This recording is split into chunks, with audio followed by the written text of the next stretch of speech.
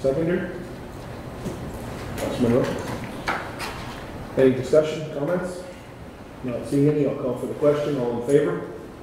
Opposed? Carried. Number 4, agenda number 4, 4.1, the Lloydminster Off-Road Riders Club. Is there someone to speak?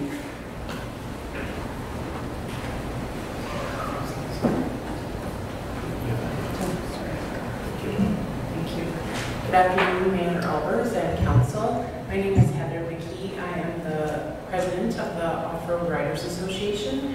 I wanted to come today to talk about our lease. Currently, we have a lease with the city. It's a 1-year term, and we pay $1,000 rent each year. With the downturn in the economy, we have certainly lost a lot of our members. And with the uncertainty of the wastewater treatment plant and only having a 1-year lease each year, it has deterred a lot of riders from actually buying memberships with us. We have about 3 other tracks. So there's another track at Elkhurst, which is privately owned. There's a track at Waseca, which is privately owned, and then the next closest track would be Cold Lake. I did contact the Cold Lake Club. They have a 25-year lease with the city of Cold Lake, and they pay $1 a year. So I guess, you know, we're talking each year with you about the lease and the term, and we really are needing a reduction in our lease fees. In 2015, we had $13,000 worth of revenue come in from memberships. In 2016, that went down to $8,000, and currently we have only collected $3,000 in membership fees. For our insurance, just for the track, is $3,700. And the Saskatchewan Lottery's funding doesn't recognize motocross as an organized sport, so we can't even apply for Saskatchewan Lottery funding to help sustain some of our costs. Some of our major costs this year, we're really trying to upgrade the track to increase people membership and people coming out.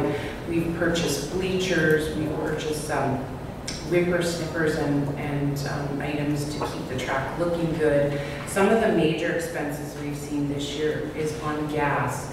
Each time we have a huge rain, the city drainage ditch overflows and floods our track. So on many occasions this year, we have spent weeks pumping out the water off our track that's flowed over from the city drainage ditch. So gas has been a huge cost for us to incur this year. Yeah, I think that's all the information I have for you. Thank you. I'll just go to council before we let you go to see if there's any questions that council has of the presenter. Councilor Monroe. Sorry, what was your current membership at? Currently, this year, we've collected roughly $3,000 in membership fees. So how many members do you have for your club? Well, there's about 30 racers in our race club, but then the general public can buy a membership just to come to the track and just ride leisurely. So it's kind of a 2-tiered club where we have a race club that we travel all over Saskatchewan, and then it's just general people that may just want to come and ride on Sunday nights or during the week. And so that's down how much compared to previous years? Well, I would say at least 50%. At least 50%. And I think some of the downfall is we really need to upgrade our watering system, but we don't want to put any more money into our track with only a 1-year lease. If we invest all the money we have and we lose our lease, we have no money left to do anything else. Any other questions? I'm not sure if you're the right person to ask, but I guess some questions are engineering.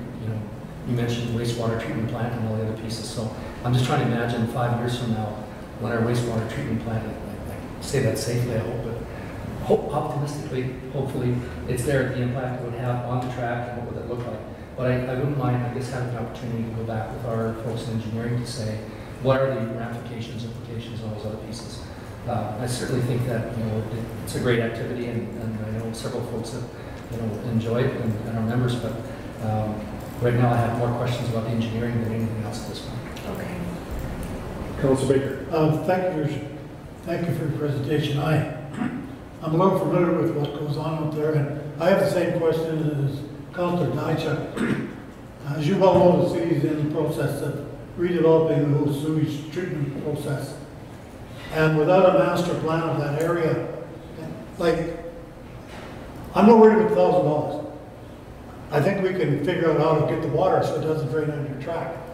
But the long-term lease, I think that really has to be looked at by Public Works and before we commit to 25 years. I hope you can appreciate that. Oh, yes, and we have But there's surely another piece of dirt somewhere around here we could make a track if we had to, but I think to me that's the important part right now. And we have met with your engineering department on a couple times just to talk about the lease. In 2011, the track was redesigned and a company from California came to design it. And so we did talk to your engineering department because they did say, you know, maybe we have another piece of land. But really, truly, if we couldn't stay where we are, our club does not have the funds to build a new track. We can't just pick up the dirt that's there and redesign it somewhere else. If we lost our lease with the city, our club would fold, and that would be the end of the Lloydminster Off-Road Riders. Thank you, Helen, and thanks for the presentation. How many members of the community, of your club live in the community and outside the community? I know that. Well, right now, with the race club, there's probably 30 racers that live within the Lloydminster and just outside area. And I would say, you know, we sometimes have up as, 500 members when it was good that live all in Lloydminster, like in surrounding areas. So it's not like we're getting people from outside. Mostly it's from our own community. Okay, Yeah. community. I appreciate that. One of the challenges we sometimes face is it's located within the city proper, within the city property.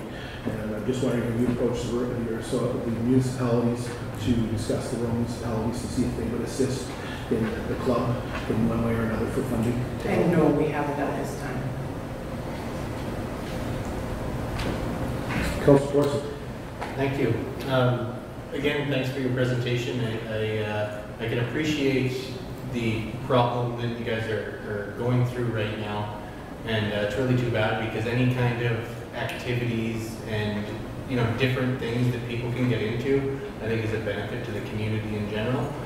But at this table, I'm not completely certain that we have all the relevant information as far as the long-term plans for the area to say one way or another, but I would like to hear a follow-up from this and definitely hear, from our own administration, whether engineering or when they do meet with you and we have an idea of what the long-term plan of that facility looks like, where does your club fit into the mix and what can we do to help in the future? But at this time, I don't think there's enough information to definitively say anything, but hopefully you get through this year if we don't have that conversation sooner than later, and you can continue to do what you do. Thanks. I was going to say, Your Worship, I think there are one or two questions, I guess. One is that the first question is long-term viability of that spot, and then the second question is what about the lease? I guess that's the other one. So Great. our ability, I guess, I want us to talk a bit more about that part of it, because waiving the cost and reducing it to $1 and giving a 25-year lease to a piece of property that's submerged half the time isn't much good to you either, because then your club members obviously will go, what's the point? We're not speedboat racing, we have motorcycles. So I think I want to know more about that information before we set you up, or you have money to invest, you invest it, but then can't use it because it's a bit of a chicken and egg, but I think we need a bit more information. I don't know if that helps or not, but it's. Yeah. I think you can appreciate, I'll speak on behalf of the council, we've got the wastewater treatment plant is our #1 priority, but certainly it may have some implications. I think we need to go back to administration and work with administration. They'll be bringing a report forward based on your request and some information, and hopefully be able to get council some information that we can at a council meeting. Thank you very much. Thank you. Thank you. Appreciate it.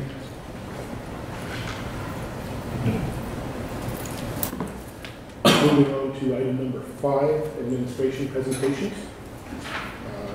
5.1, Highway 16, 44th Street redistrict. Up to the city manager. Thank you, Your Worship and Council. We have a request to redistrict 34 properties containing approximately 41.74 hectares of land along Highway 16, which is 44th Street, as seen on the attached title affected addresses. And I have Roxanne Short, I believe, available to come and present on this. There she is. Well, while she's coming up, I'd like to introduce the table here because it's different than we've seen in the past. As you know, Mr. Kayford has taken retirement. Dave Henning is acting in his position at the moment. And Don Stang is on leave, and Charlene Robinson is stepping in for him. Charlene is the looking lady on my left. And so we are here to provide you with whatever information we can. Thank you, City Manager. Welcome, Acting Executive. And welcome, Roxanne. Thank you, Your Worship, Council. Basically, we are making a proposal to bring the 34 properties along Highway 16 or 44th Street to conform with the current land use bylaw. Highway 16 has a specific designation of C2, which is Highway Corridor Commercial, and having properties that have been zoned specifically in a C1, which was designed for the downtown. Clearly, that's not downtown. Also, C5, which is designated to be a buffer between heavy commercial and light industrial. Also not appropriate for Highway 16 when most of it abuts residential districts. So we're making an application to rezone it to C2. There is one property which is zoned light industrial, however it abuts a residential district. In our opinion, that's not supporting the intent of the land use bylaw. So it's been proposed to be rezoned to C2 as well. And there's two heavy industrial districts which are proposed to be rezoned to a light industrial, which will reduce any under storage and the intense industrial construction that could be a potential for that area. The light industrials do abut a heavier industrial district to the north of them. To the south would be C2 commercial. Questions, Councilor Baker? Yes, and I read that there was really one question. I understand the different zoning. Why would we amend the land use bylaw when the land doesn't conform, the zoning doesn't conform to the bylaw? Like, we don't have a legal right to do that. I don't think. I'll give you an example. I'll explain it to you. I own a piece of land in a C5, or whatever you want, or L1. You can't arbitrarily change the zoning. I own it, and that's zoned that way, and I bought it that way, and I put my building on that way. I don't believe legally you could change the zoning as a city during the ownership of that land, when I own that land. And I just question how we could do the land use bylaw and give it a different use. The uses are still the same between the commercial districts. The use between the industrial, eliminate some of the heavier industrial uses, such as they can't have a strip club. They can't have a massage parlor. So those are two of the reasons why we wanted to rezone the industrial to a lighter intense, or a lighter district than what it currently is. When the properties don't conform to our current legislation, it's our responsibility to ensure that we do what we can to conform to our legislation. And when we have a district that is zoned highway commercial, we feel as though highway commercial is the right zoning for that. In fact, in the C2 district that we're proposing, there is a higher amount of allowed uses than what there is in a C1 or in a C5. And the C5, A follow-up to that, if I may, just at that point. I'm not arguing with anything you're doing, other than I don't understand the legality of arbitrarily changing the zoning. The city manager owns a piece of property, it's zoned R1, and he's got a home on it. And the city arbitrarily decides to make it R4. Now what? unless, I can't see that happening. And I say that. I bet you don't. No, and I say that because we also take a look at the surrounding properties, the surrounding uses, what the existing use is, and can it continue? What's the ramifications if we do change it to a different or similar district?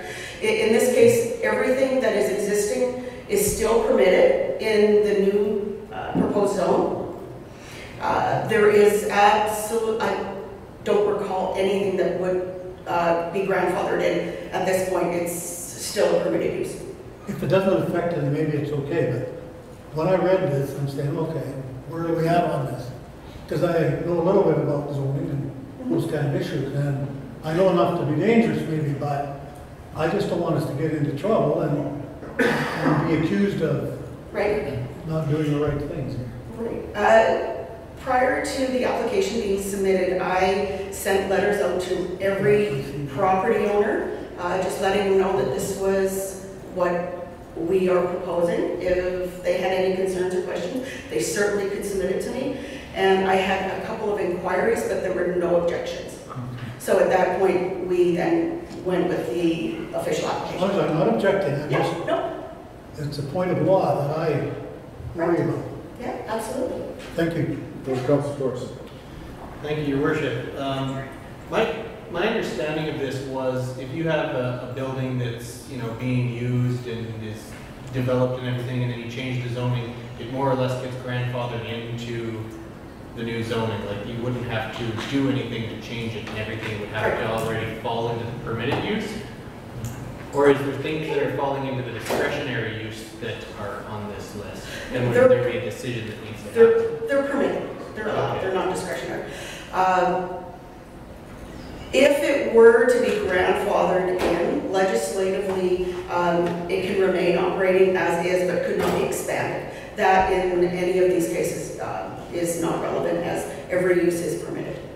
And then just a follow-up would be, is if the business changed hands, like there was a sale of business or sale of land at that time, it would have to meet the new zoning requirements, no? No, land use runs with the land, it does not run with the owner.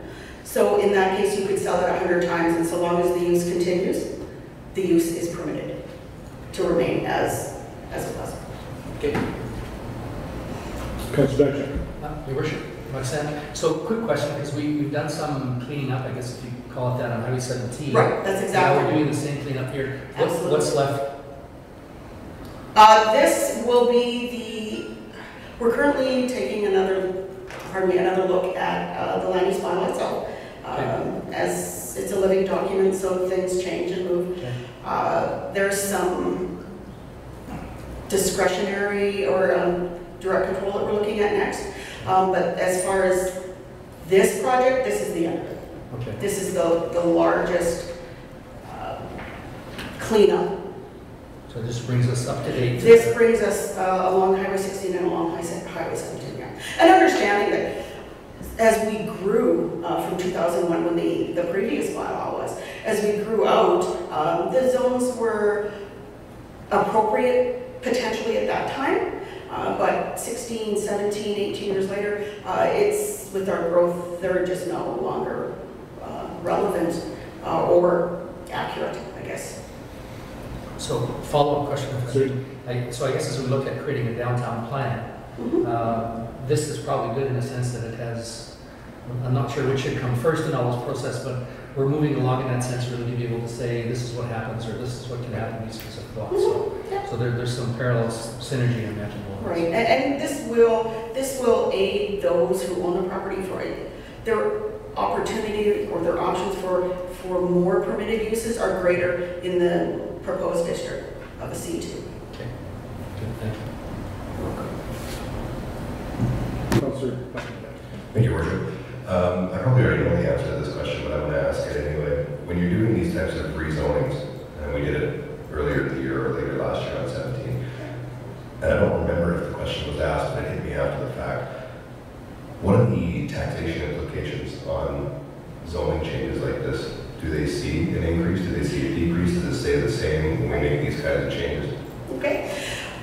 In a conversation that I had, so long as the zoning it's zoned commercial, it's not zoned the intensification of the commercial, it's commercial is commercial taxation. And unless the taxation laws themselves would change, there will be no effect at all. There is one property that would be, which is going from the industrial to the commercial. What that change, I'm sorry, I don't know. It's just, the tax will be affected in that one property. But by and large, most of this doesn't change that thing. No, it would not. Okay. Councillor Torres.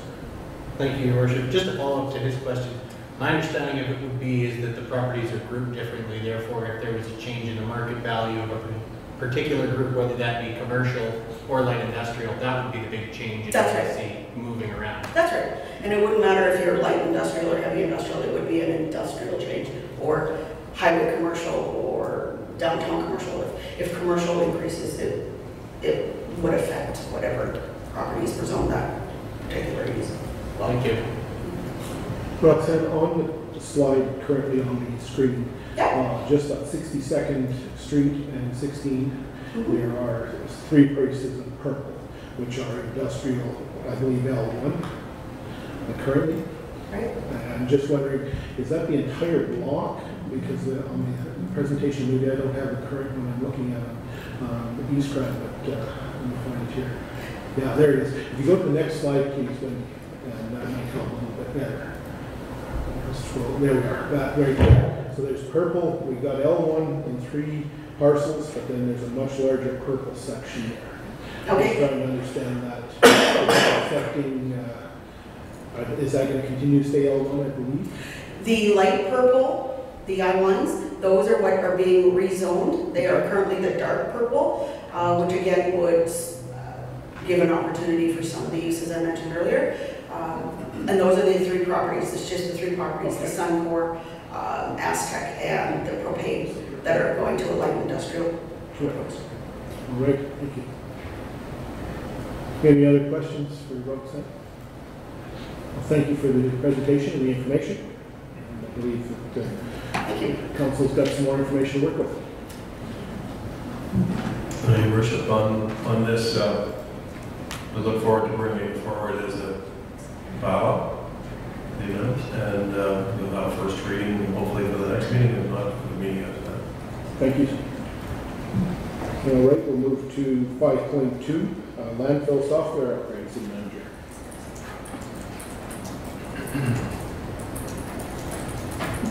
I'm going to ask Karen to go forward. Thank you, Karen Del Rosa, who's the Senior Manager of wastewater and landfills.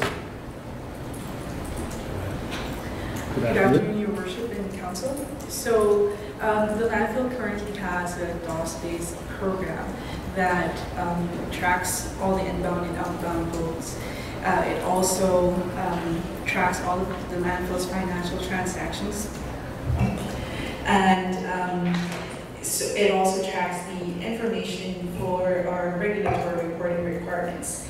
So this software is set to expire December 31st of 2017. So the administration has put together a request for proposal for a new landfill software. We have received 3 proposals, one from our current software vendor, one from which is Waytronics, one from Paradigm Software, and one from GeoWare. So all of the 3 components meet all the required functionality, but we see that Paradigm Software meets the current and future functionality needs of the landfill. So Waytronics provided the cheapest solution, but we think that Paradigm will be able to support us in a long-term basis. It has enhanced tracking functionality. So what that means is that for every single transaction, the software is able to take a snapshot of the load coming into the landfill, and so that becomes a part of our database. So when we have disputes on, say, a ticket or a load, we can always come back to that, and it even has some functionality for integrating a digital signature pad, so we can always keep track of who actually signs for each and every transaction. Any questions? Councilor Thorson. Thank you, Your Worship.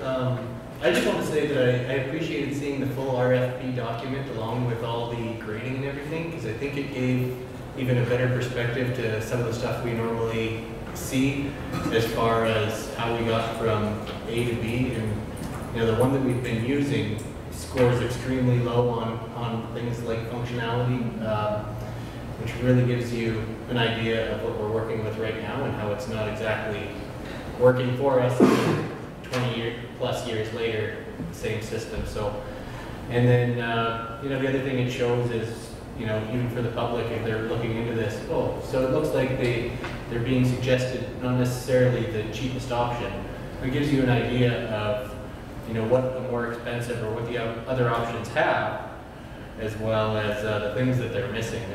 But all in all, I appreciate the information, and I think it having this kind of depth at some point in our decision making makes it easier when we get to the point when we're ultimately making a council decision. Thank you. Councilor, thank you. Yeah, I thought it was very well done, and I certainly like the feature with the addition of the camera and as well as being able to meter the wastewater that's going in on the septic. So yeah, it's certainly a little bit higher, but when you take a look at the efficiencies, I think that it's probably going to save some time and money in the long run. So yeah, very, very well done. It was very interesting to learn, you know, how we track everything there.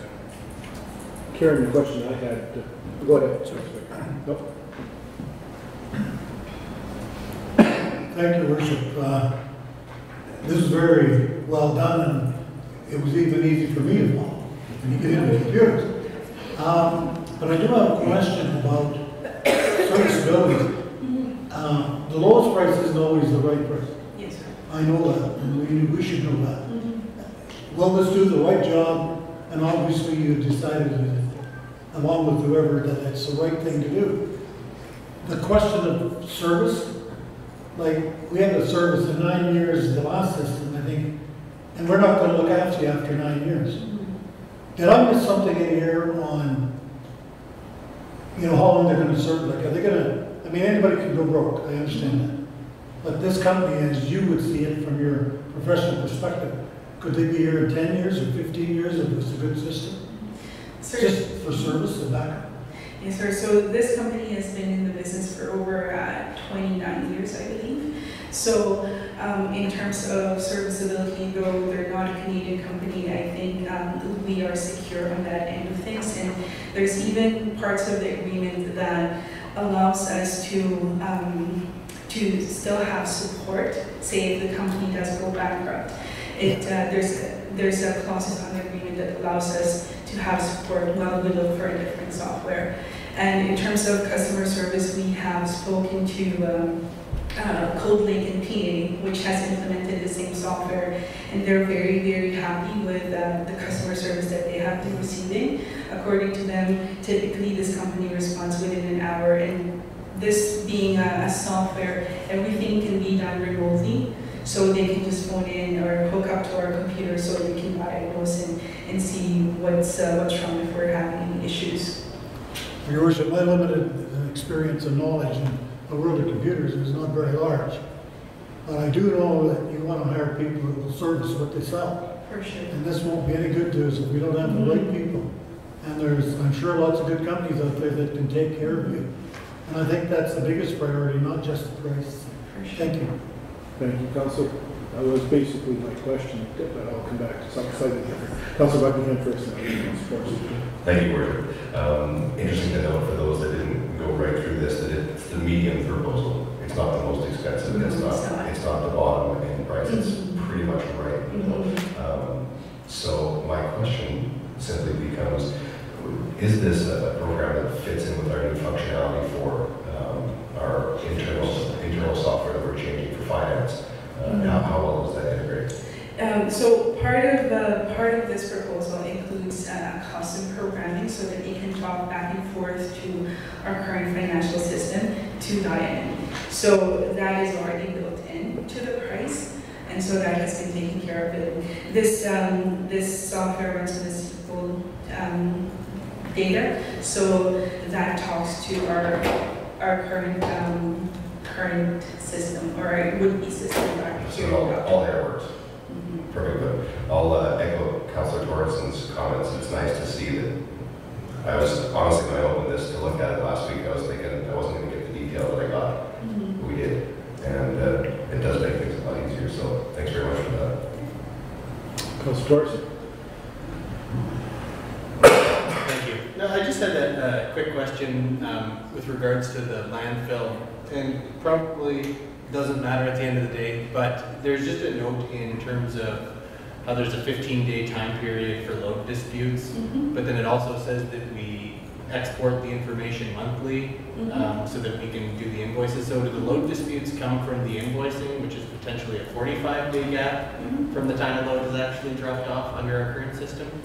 So right now we do provide all of our customers with tickets. So if they have any issues with the load, they can dispute it right away. And for specific customers who request for reports emailed to them on a weekly basis, we also do that so that they can look at their loads and see if there's any issue. Okay, so I was looking at this as the same thing, but it's two separate activities, one where the load ticket is issued and the other one where the invoice is issued. Thank you.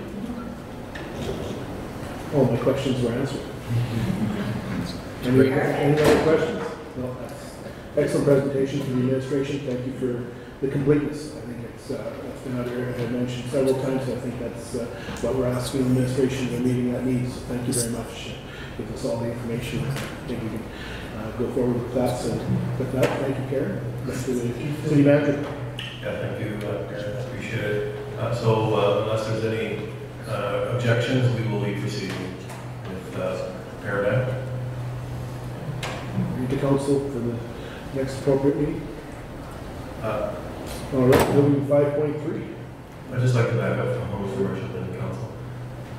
This is a matter that's been approved in budget, but not discussed by council, right? So whether or not you need to pass a resolution, I don't think you do. It's passed in budget. We have it in the budget. It's just a matter of I want these matters brought to council before we proceed.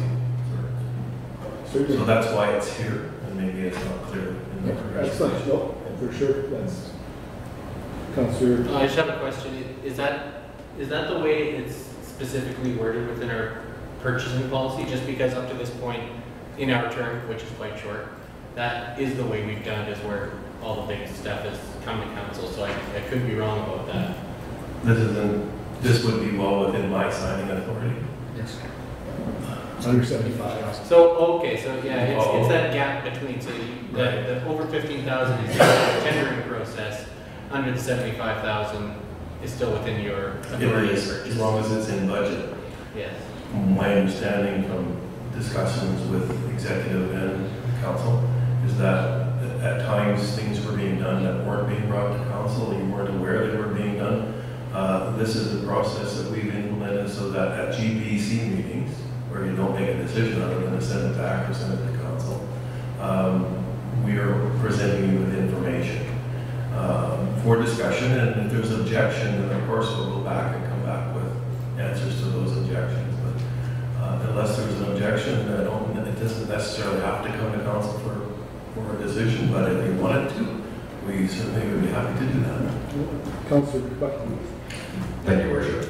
No, worth noting, I think, once we backed up here a bit, that in the 2017 budget, there was a $75,000 expenditure approved for this upgrade. And in reality, we're about half of that. So the research has been done, everything's set up, it was approved through the budget process anyways, so, well done. Councilor Baker. Thank you, Worship. I think it's just prudent to bring these major purchases, whether they're 25,000 or 59,000 or 74,000. It's open, it's transparent, it's gone through the council system. Stuff gets buried in the budget. It just does. And I question anybody in this room to tell me what's in the 2017 budget without looking at the 2017 budget. So that hits the newspapers or the press, or somebody finds out the city bought something, everybody say, what did we do? And I think it's just good business for all the time. It doesn't have to be a whole story like this. It can be a one paragraph, and this is refer to this meeting and end of story. I think it's just the right thing to do. Thank you. Thanks, Councilor Baker. Councilor Torres, if you have another comment. Yeah. Just as a general principle, to me, just the way as I understood the policy, and I think maybe we are following it based on our discussion, it's just, I think that the thresholds we have are excessively low to begin with, and it was based on some piece of history that I don't really feel like getting into. So I think I'm fine, given how low of a threshold this is, but I just want to ensure that we're following the policy that we have, otherwise there's no point in having it. Well, I guess the only thing for me is that I don't understand all the things that are going on in the city, and for the time invested in sharing this information, it makes me smarter and a better counselor for the city to represent and answer to these things. I recognize the question around thresholds and approval and all the rest of it, and I guess notwithstanding that, I think this makes us smarter, and as I think Councillor Baker has shown, it makes us more accountable relative to what's going on. I was in the lineup to get into the dump, and people are asking what's going on, and you have conversations with people anywhere and everywhere, and just having this kind of in-depth information allows us to inform the city people wherever we meet them, and keep them up to speed as well. So, Councilor Baker. Your Worship, saying you're talking about thresholds, I voted against the $75,000 threshold for exactly this reason, and I still sit on that. It's too high. It's not because we don't trust anybody. It's so we bring this stuff to council so we know exactly what you're talking about, Councilor Dachak. Because people are going out and they say, well, I don't know anything about that. And that's not right. And you do when you, as you're doing it, and it's brought to the table. So the threshold is still too high in my books. Thank you. it's worth noting we have diversity. We do have diversity. City Manager, thank you. I think the policy as it sits today, we need to revise the purchasing allowance or limits, but I think this is working very well. Thank you very much. I think Council's come away much more informed about this issue and can explain it if we're close to the public. So, as information and as informational, thank you. Moving on to 5.3 then. Topic installing, Your Worship and Council, the topic is installing water meters during the deployment of the advanced metering infrastructure, and I believe we have Ken Irwin here to speak to this, and I'll invite Ken to the table.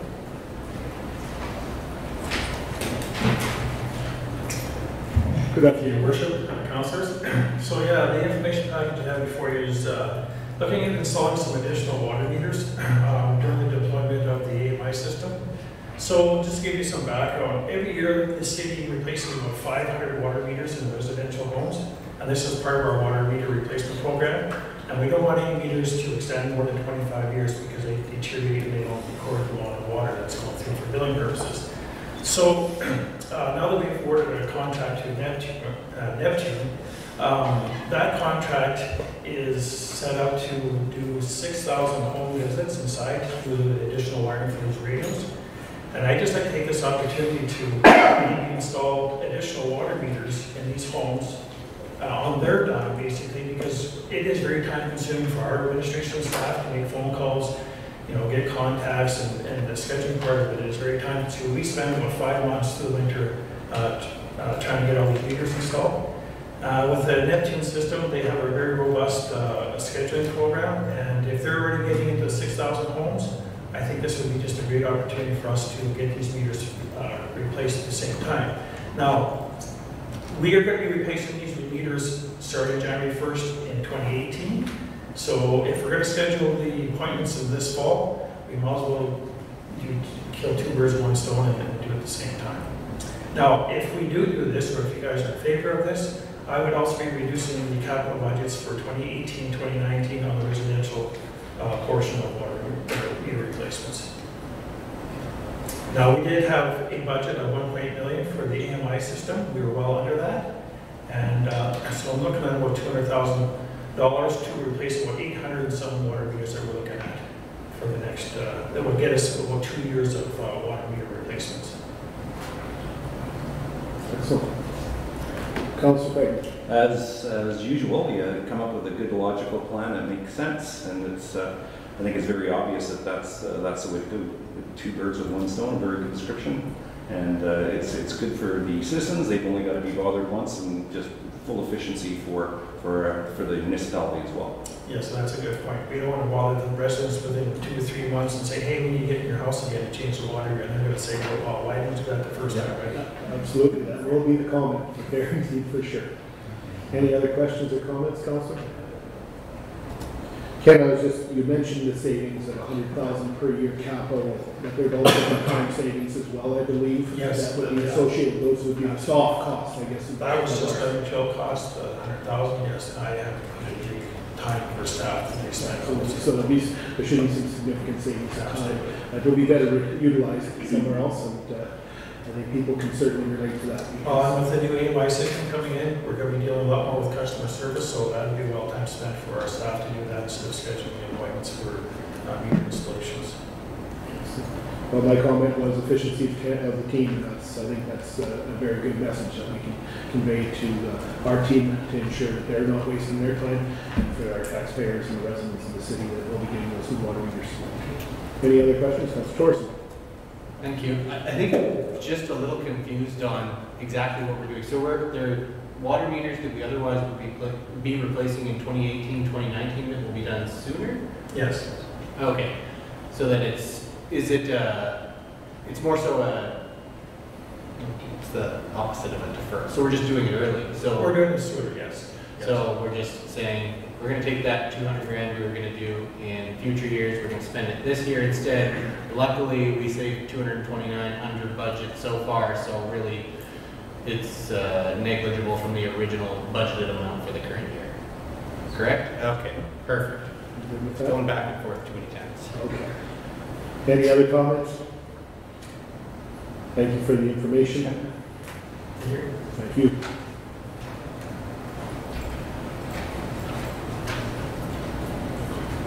Received that as information? Yes. All right. Maybe 5.4, City Manager, Cost Recovery Report.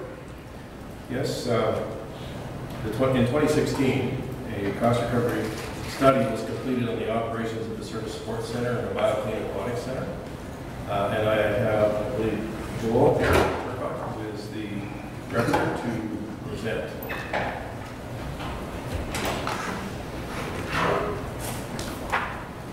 Thank you, Your Worship and Council, for having me present on this today.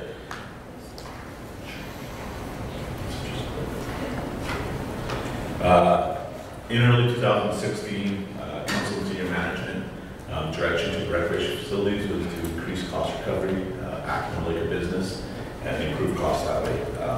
So in early 2016, some research was done, and cost recovery report was RFP'd. The scope of work requested was to conduct an operational review, develop cost recovery framework, and create administering public sector service assessments. The project was awarded to Expediation Management Consulting on March 14th, 2016. A few different ways that Expedia did the thing. They did interviews with staff, interviews with user groups. They looked over our facility budgets, our scheduling, and among other things.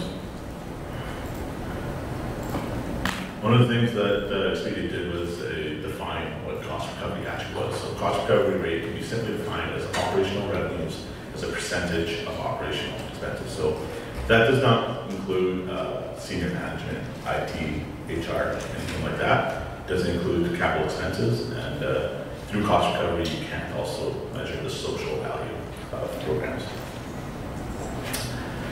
So in the report, they came up with 4 overall goals: revenue development, organization development, experience development, and market development. So, goal 1, revenue development.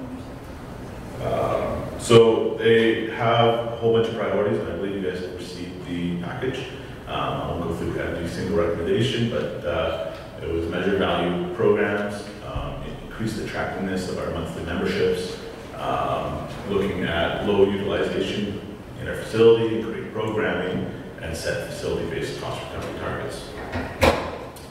Under goal 2, organizational development.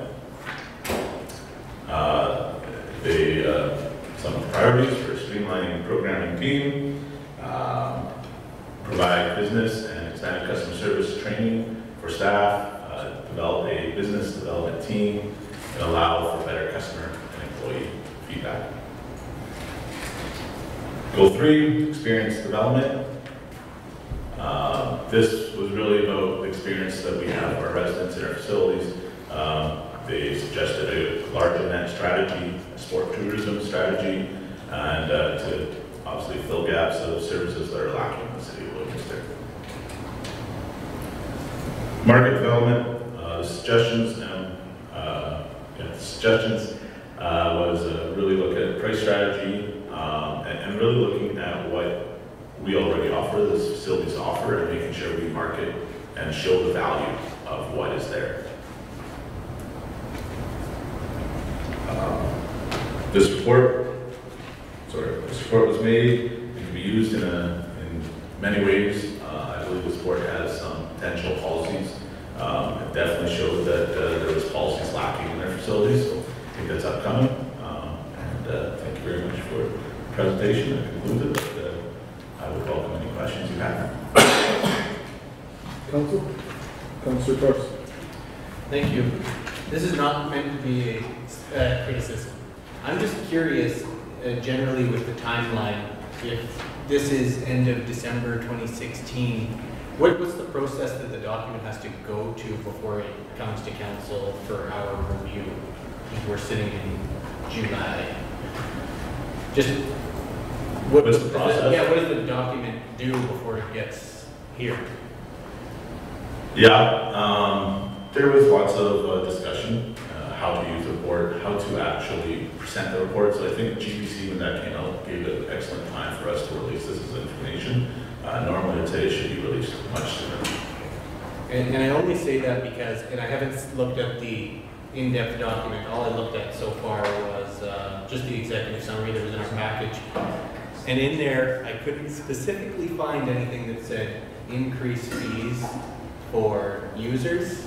Well, it says for user groups, for particular other groups, and for lessons and things of that nature. But I didn't see anything that said increase fees for everyday user. And that's something that we did this year, with my understanding, that was supported by this document. And it may be in here deeper, and I just haven't had a chance to take a look. It's just, at this point, I just scratching my head looking at the executive summary. But it's premature to say anything. I gotta go in through it deeper and see if there's anything else that we can be doing, and suggestions that administration may have, or other things to suggest from this document. Thanks. Your Worship, I'm not sure it does in the executive summary talks about increasing fees, so I'm not sure where you're. Only for groups and for lessons is what I found. Well, increase fees for swimming lessons, yes. And increase monthly and annual memberships. So I think increase attractiveness. Actually down just four down from increasing. Maybe I just didn't see it. Yeah, it included increasing the attractiveness. Sorry. Yes. Yeah, and group fees and swimming lessons, but not to go swimming. So I don't know. Maybe it's semantics. I think within the document, if you go a little further, and in the actual annexes, it kind of lists where we're at compared to other facilities, and that's what I think of. Yeah. It's just maybe not specifically written in the executive summary. So Thank you. Thank you, Joel. And I think that explains Councillor. Sorry, just one other quick question. I don't know if it's in this document or not, but I'm a firm believer some things you just provide as a service, they're not going to fully cost recover. But I would be interested in these type of facilities, comparing them to other communities and what type of cost recovery other communities are receiving on their facilities that are of the same nature as these. Like, say, Shorey Park, do they have the same sort of service sports center, but offering the same, I guess, whatever ours offers in comparison to other communities? Do you have anything like that? Thank you. In the report, it does go into some other facilities. In other communities? In other communities, Okay. but they're not exactly the same. I will caution a few. It's one of the things I looked in. When we look at fees and that kind of thing, we really try hard to find those comparisons facilities. They're hard to find sometimes. No, absolutely. Thank you. Councillor Jackson. Thank you, Worship. So a couple questions, I guess, and when I went through it, I guess, in my travels to all these hockey rinks and whatever in the past life with my kid who played hockey, had the opportunity to see a number of other communities that used different strategies. And so one of the things that I didn't see in here was building on the synergy between, what roles the clubs play in terms of offering support for developing higher levels of use. The other part would be is that in Okotoks, for example, they had someone to go out and recruit sponsorships. So every Sunday was sponsored by, one Sunday is the dentist, the next would be the doctors, another group, and it was all about building sort of a community fitness plan. So I see this as just about, it's almost unidimensional in some ways, and I'm wondering how this can fit in with a broader strategy around, larger use, how clubs can increase their participation, and we build that use up where it becomes simply building a healthier city. So if more people use it, we get more revenue. And ultimately, then we get more cost recovery. But if I just see us looking at, somehow even looking at just the dollars and cents part, as opposed to a broader community strategy. So how much thought was given to that at all, or was there much? Like I said, when this report was made, it was about cost recovery and acting like a business. And I think that was the direction that we were given, and we would be open to new directions and strategies as we move forward. I think page 53, Councilman Rose, is one of the comparisons. Okay, sorry. In the report, as well as they also itemized, because the 4 or 5 comparables, sorry, I hit you, Councilor, the other comparables they used, there's such a variety of facilities built, such as the Service Sports Center. It's, no one builds an identical. In some cases, there's a swimming pool already attached to their facility, the Tri-Leisure facility in Spruce Grove has a different makeup again, so there's quite a comparison. It's quite interesting, some of that information, trying to align to that information. Councillor. I just wanted to throw this out for the record that there is the page that you're specifically referencing from our fee increases we did earlier. It just, to me, didn't read as being in the executive summary, but it is in this document that I now have from before this meeting. Thanks. Councillor Baker.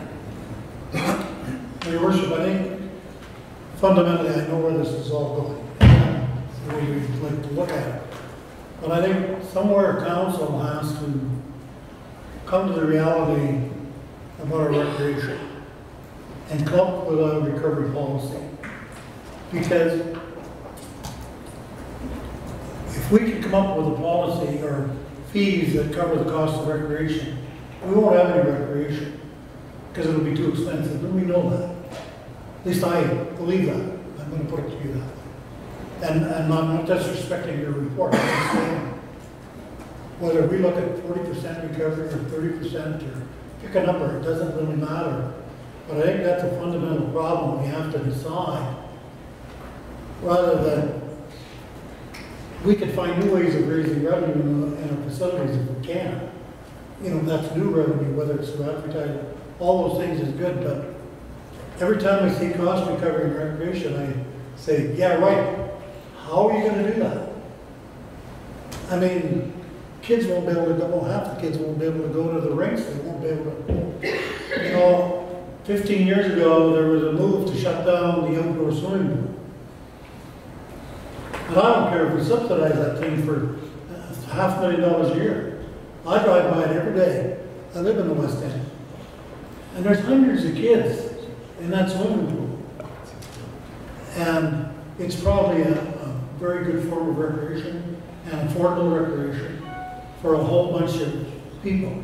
And I think that's good. So what I'd like to see council do is take these reports, but sit down and talk truthfully about, so we don't quit talking about cost recovery on fees, because I believe we're just spinning our wheels.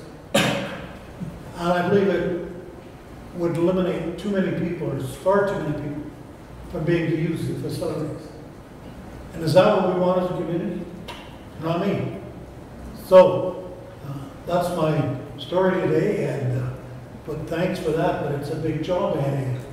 But I don't want you to feel bad, because it's got to be subsidized. Thank you.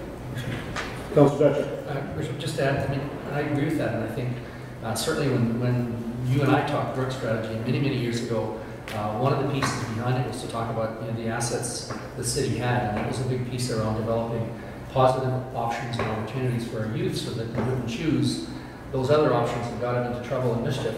And that was a big piece of it. So how do we continue to address these assets, make sure that community groups use them in a way that's productive, and create a broader strategy that now will impact not only just the use of our facilities, but health, future use, and basically future good positive citizens within the community. So I mean, I understand the dollars and cents goes to rest at the end of the day, and we have to look at it, but I agree. You probably won't find a cost for the city that fully recovers 100% of the cost for recreation. So what's our threshold, and then how do we partner, I think, with other groups to create a broader strategy? Absolutely. Councilor Buckingham. Thank you, Worship. You know, as a parent of young kids that are using these facilities quite often, and as an old guy who uses these facilities quite often too, the thing I like about the way this group of people discusses things and the way things are moving forward is it's looked at on a global perspective. That it's looked at, this to me is looked at as an investment in our children, an investment in our community lifestyle, an investment in our healthy lifestyle choices. You know, and there is no form that's going to fully cost recover this, because no one's going to be willing to pay that, least of all me, way too much, right? So I think the information that comes forward, at least, you know, as general public, I haven't seen things like this in the past come forward through City Council to show me as a taxpayer what these facilities cost, how they operate, and make it justifiable to say, this is why I pay what I pay. And actually, why am I mad that I'm paying what I pay? Because there's no reason for that once I see the budget and I see the financials come around it. You know, getting this information out there for everybody to see is key. I am immediately less unhappy with what I pay as a taxpayer using these facilities once I see these numbers. And I think that's the biggest part of this, is that people generally can now understand where this comes from, because I certainly have a better understanding of it now myself, so thank you for that. Thank you, Joel. I think it covers off a lot of items, the comparisons. The report was well done. It gives us a lot of food for thought from council's perspective. Go back to administration. I think administration will be bringing some policies forward, which we're looking forward to, and some ideas. Direction, I think you've heard from the council. From that perspective, certainly cost recovery is a portion of this, and I think anyone at this table will admit recreation costs money, cultural costs money, and council realizes that. To get full recovery, as I look, I think there's one facility that actually makes money in St. Albert, and we'll have to dig into that, but I don't want to be in the rental business competing against private industry that pays taxes in the city as well. We have a great deal of amenities, and we don't want to start to duplicate things, but at the same token, we want to be good value to both the recreational user as well as the taxpayers. I think at the end of the day, that's the direction I believe council wants to send administration, so we want good value. I think that's what people ask of us, and they realize there's a cost, because we can start to talk about the social costs of having activities in our community that keep young people involved, the health value that we all pay for in taxes to the provincial and federal government. So there's such a branch that's recreation plays a big part in that. So thank you very much for that report, and thank you for answering the questions in the presentation today. Thank you.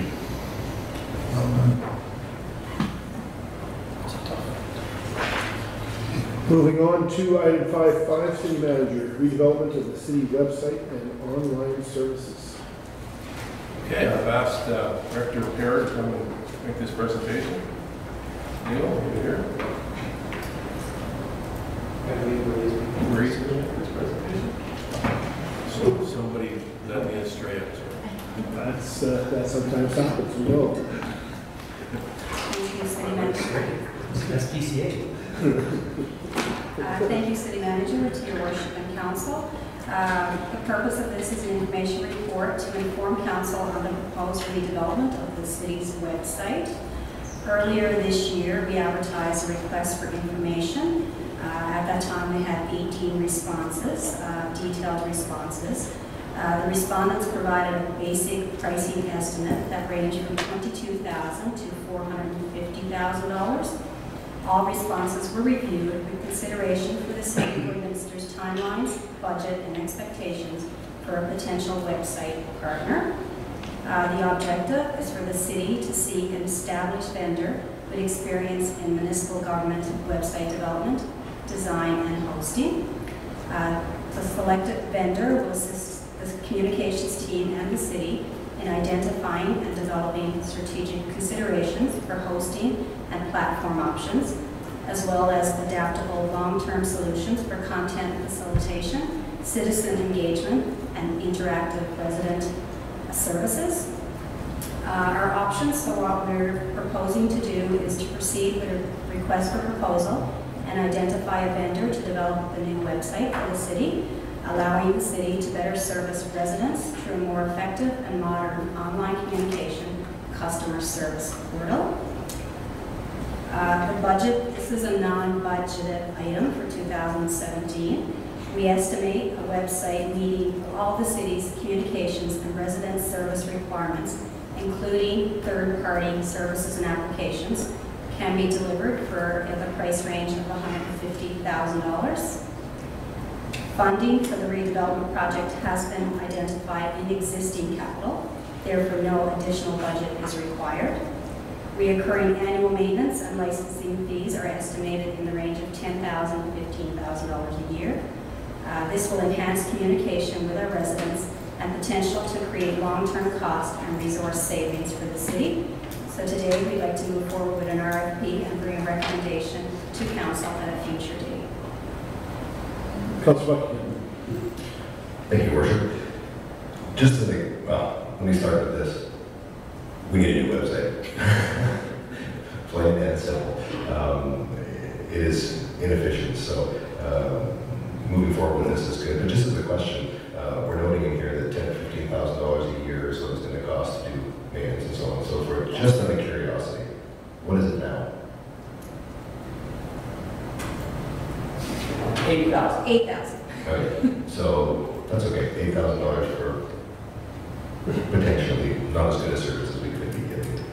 Just curious on that. It's important to note as well that this is a 6 to 9 month time frame from when we do select somebody to have it up and running, and our current website is causing us some, there's some legislative requirements too that we're required to have certain documents and stuff like that, and behind the scenes on our website we are running into some difficulties with that, so that's one of our reasons that we'd like to proceed this year as well. Follow up to that, if I may, Your Worship. We had 18 submissions off the request for information. That's correct. So that pre-qualifies those 18 to now submit for the RFP, or is it open to even more? It's open to more. That gave us an idea of what price range that we were looking for and what type of vendors were out there. So now the RFP goes out and is open not just to the 18? Correct. Thank you.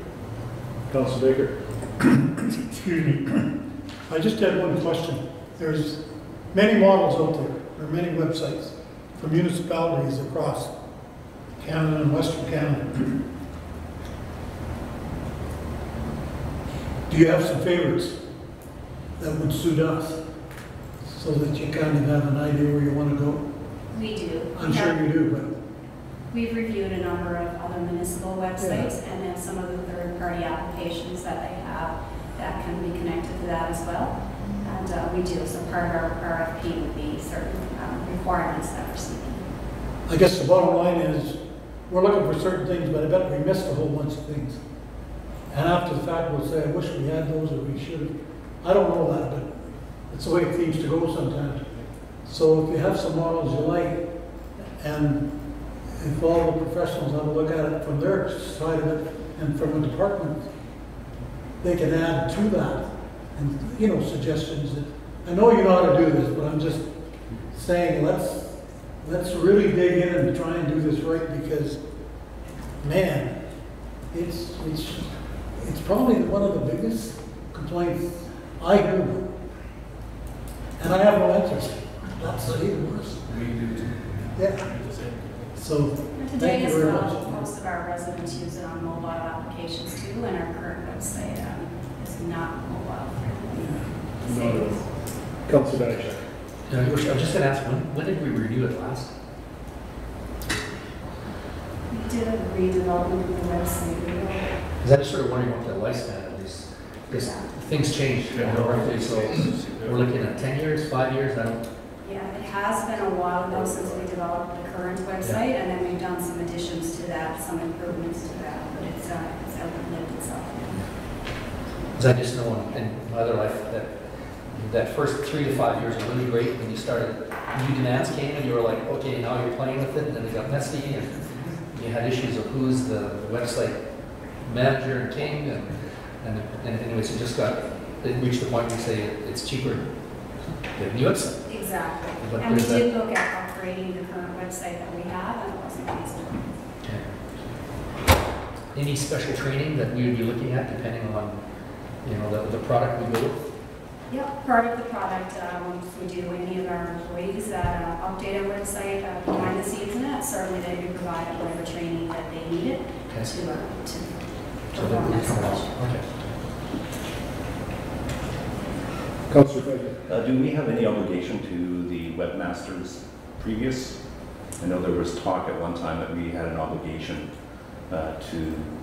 We do for the current year, but again, this would be 6 to 9 months, so once it's up and running. Once it's approved through the RFP process, it would take some time to get the new website in place.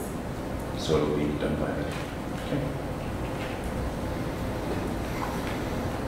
I think that my questions were answered by Councillor Buckingham about making sure that we had local content. We're certainly looking for people with municipal experience, but certainly I know there's people in our community that are very talented and gifted in this nature. So hopefully that they'll have the opportunity to put a proposal forward and be weighted accordingly to their experience. So, And after the RFP closes and has been reviewed, we'll bring it back to council at that time for approval. Excellent. Any other questions, Council? Just, Your Worship and Council, I'm probably stepping out of line here because I haven't discussed this with anybody, but a thought crossed my mind that we should probably ask the citizens what they'd like to see in the website. And we could do that quite easily with a survey that they could respond to through electronic means. I think that's an excellent idea, City Manager. It goes with Councillor Baker's opinion, ensuring that we engage everyone from the city, staff, council, residents, because everyone uses that website. And I think we all have our opinions, and Councillor Buckingham expressed in the past the thing that's not working well and could use an update. So I think that if we open up to public engagement, that would give people the opportunity as well to speak out and to be heard. We will include that as well. Thank you. All right. Thank you very much for that information, Marie. Then we'll move on to 5.6, the exchange email system.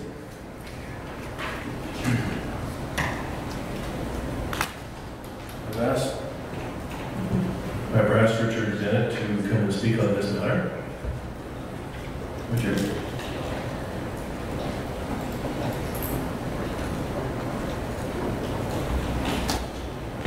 Welcome, Richard.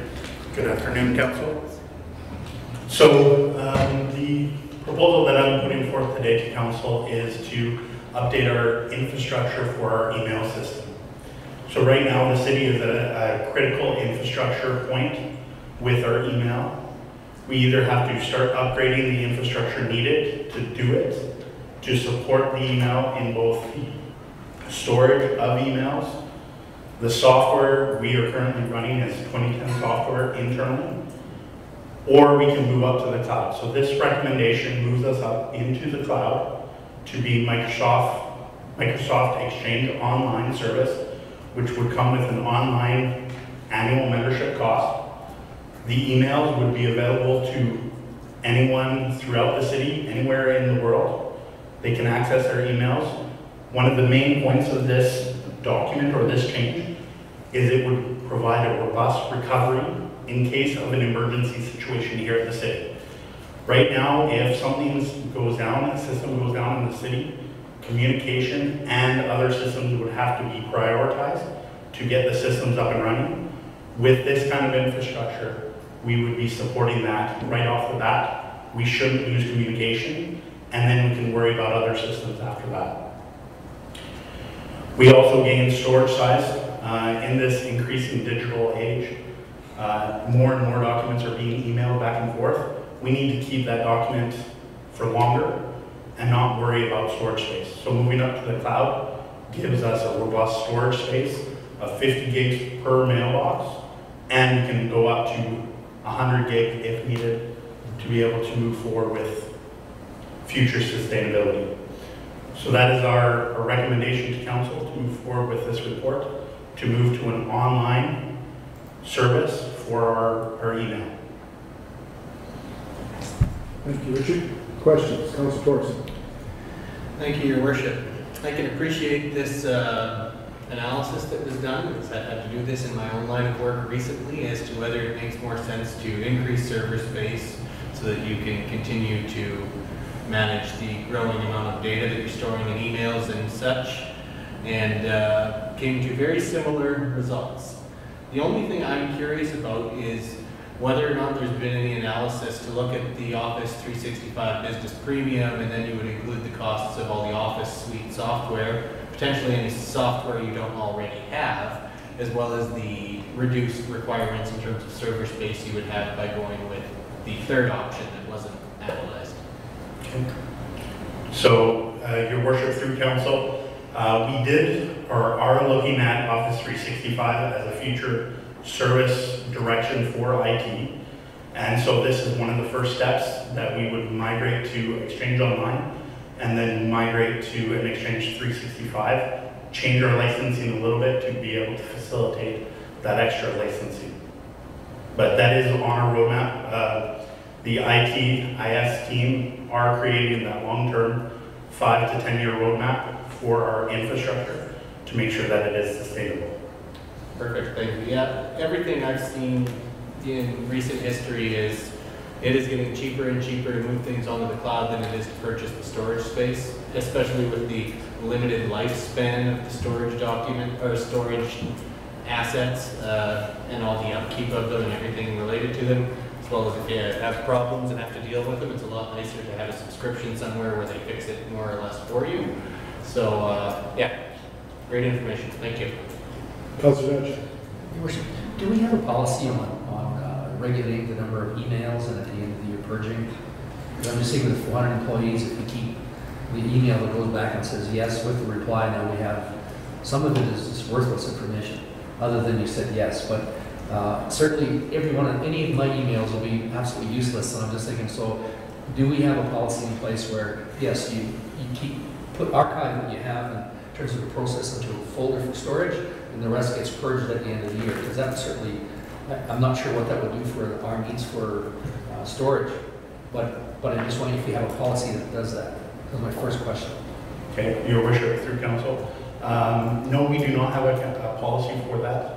IS has discussed the policy routes that we need to create internally, and our current direction right now for being able to facilitate LA FOIP requests and information that's needed in an agile environment. We need to be able to support the long-term storage of documents versus trying to create a policy on purging documents, because what's important for me, somebody else might not view the same importance. Yeah. And so we need to make sure that we're supporting that long-term storage, and then it really comes down to the business directive to be able to purge documents versus we need it for space. Okay. And the second question then, so if we move with using the cloud, which I don't know if the organizations in education have done, will that reduce our technical needs and hardware needs? So we won't need the storage anymore, so. Correct. So your worship through council, it does lower our sustainable infrastructure that we need for email, but as a document in the report actually clarifies that server space that we have will actually go to support other documents in-house that will not be leaving. Right now, we're at a critical point where we can either expand what we have past our infrastructure right now to support both the email, and then we'll have to look at other upgrades to support our Z drive, our document storage. Okay. Where right now, by taking off the email, we gain that immediate space for our document storage right now on our server. So the follow-up question is, do we have a document policy on how we store it and access it electronically? We don't have anything, or we have a model. I mean, what Xerox has, a DocuServe or whatever model I know that people just dump in there and then they just fish them out without, but it becomes the one big pail, if you like, or a container. But we don't have a document storage or any of that stuff. Okay. Correct. Your All right. Your worship through council, the city does not have a document management system.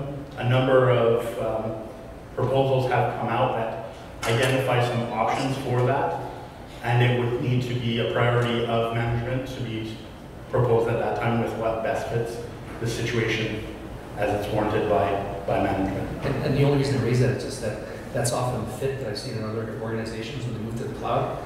These pieces come together, not only email, but all their documents. From a numbers, go ahead. Well, Your Worship, I'm the last fellow that should be talking about. But from a storage point of view of records and documents, I think it's critical that we have those available. I go back to reports 3 years old and stuff that I've received. Now, if you blow them out of there, you lose all that information. And when I came back to council in 2014, I got documents from them that I still keep and refer to once in a while. And how you guys do it all, that's another story. But I think it's important, you know, whether you call them emails or whatever you want to call them, but documents that you have, I don't think they should just float away, you know, as the saying goes. So. Yeah, I'd just like to take a look at there's many documents that are required by the MGA that has to be kept, and also for a certain amount of times. And so what you're saying is we're really not following any of that that you're aware of? No, right now we are keeping documentation.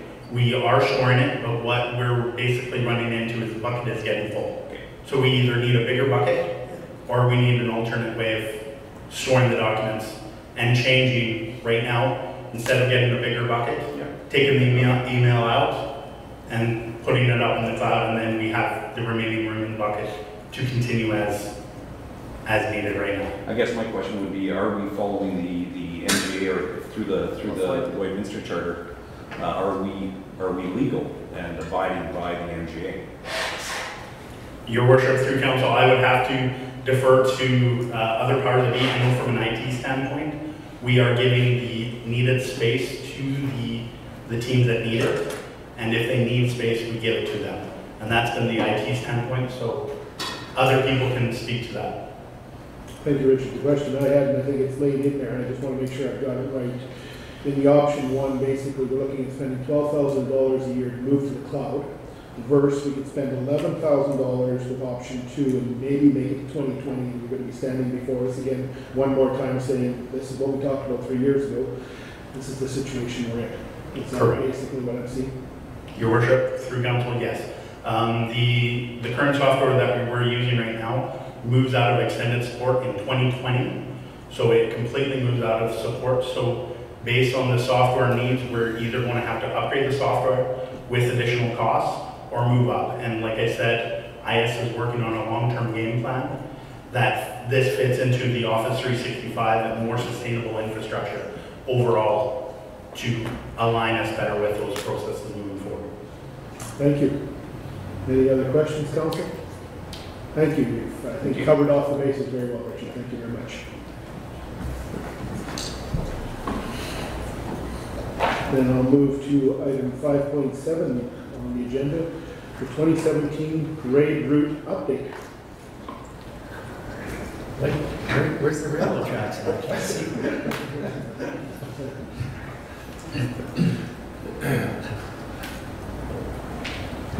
Thank you, Your Worship. Just to give council a heads up as to the change, original routing had us going down the railway track. No, I'm just giving Leo a little shot there.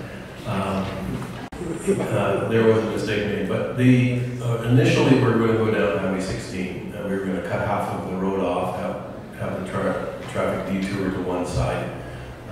It was felt that after discussion with Dave here, Director of Transportation, and our public safety people, that probably wasn't the best idea. So we moved it to 46th Street. There was some angst because people thought that 46 was going to be under repair with respect to some replacement of infrastructure. It's not the case during the parade time, so we rerouted it to 46th Street, so it'll come down 52nd Ave, turn 46 and go back up 50th. So if there's any questions, we'd be happy to. I don't have a question, I just had a comment that I heard from residents on Friday throughout the city, and they were very glad to see it for it to come off 16 Highway 44th Street. They felt that it was going to be quite a show to have our traffic folks and our CP and bylaw try to direct traffic around there. So I think from a safety perspective, this was definitely the best move we could make. So compliments to the city staff for identifying that and bringing it forward. Anyone else have any comments? I think this has been widely advertised, and to invite people to the website down in the bottom at the city to find that map if they're at all concerned about it. And I'm sure our media friends will be able to help get that message out to people where they can find that map and the route that's laid out. So. Any other comments, questions? All right. Your Worship, from these reports today, the one that will be coming forward next week is the exchange email system that was just presented to you. We will be seeking your direction from council. The rest, cost recovery, redevelopment of the web page, and parade route are all just for information purposes. Thank you, City Manager. I'm going to move to item 6, the governance and priorities matters. And I had added item 6.1, the Indigenous Economic Partnership Summit. Basically, I just wanted to bring council to aware, in most cases, most of us as council are new, the City of Lloydminster has supported the economic partnership through the Indigenous Economic Partnership Summit in October usually. It's been organized through the Chamber of Commerce, and we have sponsored in the past the VIP dinner sponsored. Hosts the event the night before the summit. Gives the opportunity for civil, provincial, national leaders from the Indigenous and non-Indigenous community as well as business to meet and to mix. Now dollars have been contributed to this point. It's been $6,000 per year. It was started by the city and sponsored by the city from the first summit, and the city has supported it. And I just wanted to bring it to council's attention that I plan on doing this again. It was budgeted, and I'm going to approve that expenditure of $6,000 from my perspective. I want to bring it to council's awareness that this is being put forward. It's an opportunity in many fashions, I believe, with helping with reconciliation that's been ongoing with the Aboriginal and First Nations Indigenous community for some time. Certainly there's been work done with the Office of the Treaty Commissioner, and Councillor Diachuk and Councillor Fagan and I have all had an opportunity to attend different meetings, and I wanted to bring this to council's attention. This is another step that I believe helps to, with that reconciliation, to bring the Indigenous people into a better business relationship. Opportunities that exist, bring it to the light to the community as well as to them as the opportunities exist. So I just wanted to bring that forward to council so that they're aware of it. If someone sees that line item on the expense line under the administration, they'll know that that was sponsorship that was brought forward at the council and discussed. Any comments, questions for me? Your Worship, I think it's a great idea, and again, in light of some of the discussions we've had about partnerships, economic development, like if there's any other way that we can participate even to promote our city and relationships and I'd certainly want to be involved to support, whether it's a booth or whatever it is, but something, I think, to heighten our presence and promote our relationship. And I'll bring that back through administration as we get closer to that. Councilor Torres. Just the date, you know? I believe it's October, if you bear with me a second, I want to say 12th and 13th, the banquet. I will confirm that in just a second here.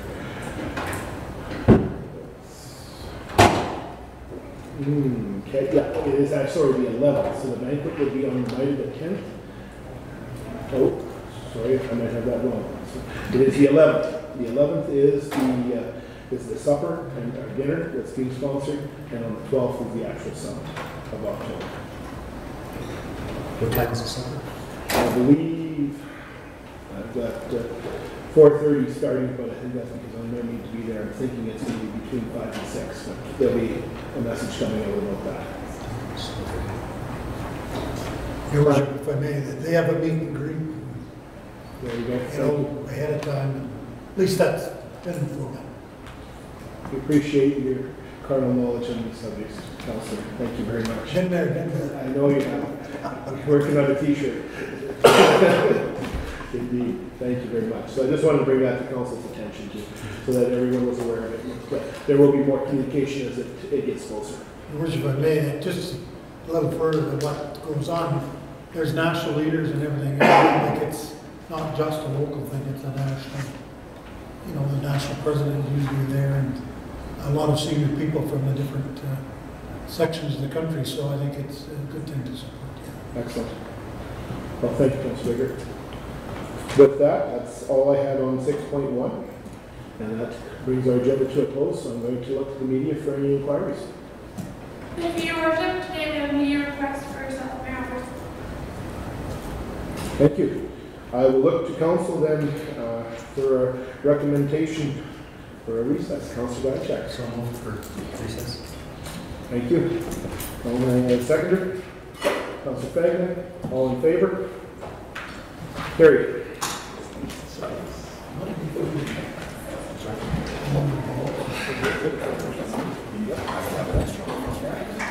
Not much.